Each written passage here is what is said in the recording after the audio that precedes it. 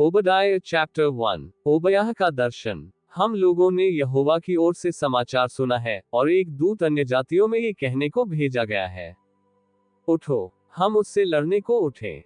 मैं तुझे जातियों में छोटा कर दूंगा, तू बहुत तुच्छ गिना जाएगा। हे पहाड़ों की दरारों में बसने वाले, हे ऊंचे स्थान में रहने वाले, तेरे अभिमान ने तुझे धोखा दिया है। तू मन में कहता है, कौन मुझे भूमि पर उतार देगा? परंतु चाहे तू उकाब की नाई ऊंचा उड़ता हो, वरन तारागण के बीच अपना घोंसला बनाए हो, तभी मैं तुझे वहां से नीचे गिराऊंगा। यहोवा की यही वाणी है। यदि चोर डाकू रात को तेरे पास आते, हाय तू कैसे मिटा दिया गया है, तो क्या वे चुराए हुए धन से तृप्त होकर चले न जाते? और यदि दाख के तोड़ने वाले तेरे पास आते, तो क्या वे कहीं कहीं दाख न छोड़ जाते? परंतु एसाव का धन कैसे खोज कर लूटा गया है, उसका गुप्त धन कैसे पता लगाकर निकाला गया है।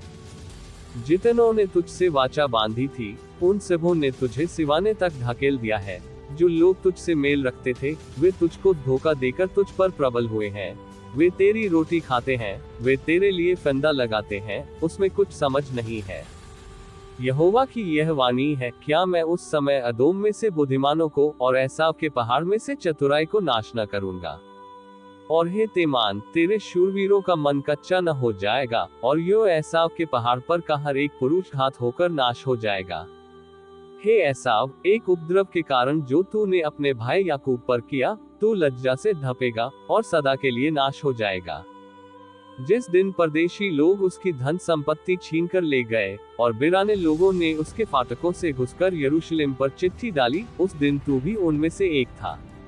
परंतु तुझे उचित न था कि तू अपने भाई के दिन में, अर्थात उसकी विपत्ति के दिन में उसकी ओर देखता रहता, और यहूदियों के नाश होने के दिन उनके ऊपर आनंद करता, और उनके संकट के दिन बड़ा बोल बोलता।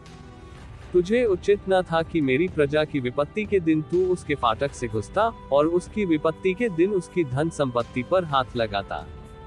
तुझे उचित न था कि तिरमुहाने पर उसके भागने वालों को मार डालने के लिए खड़ा होता, और संकट के दिन उसके बचे हुओं को पकड़ाता। क्योंकि सारी अन्य जातियों पर यहोवा के दिन का आना निकट है। जैसा तूने किया है, वैसा ही तुझ से भी किया जाएगा। तेरा व्यवहार लौटकर तेरे ही सिर पर पड़ेगा। जिस प्रकार तूने मेरे पवित्र पर्वत पर पिया, उसी प्रकार से सारी अन्य जातियां लगातार पीती रहेंगी, वरन वे सुड़क सुड़क कर पिएंगी, और ऐसी हो जाएंगी जैसी कभी हुई ही नहीं।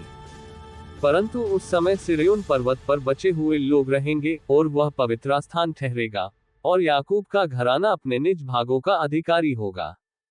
तब याकूब का घराना आग, और यूसुफ का घराना लौ, और एसाव का घराना खूंटी बनेगा, और वे उनमें आग लगाकर उनको भस्म करेंगे, और एसाव के घराने का कोई न बचेगा, क्योंकि यहोवा ही ने ऐसा कहा है।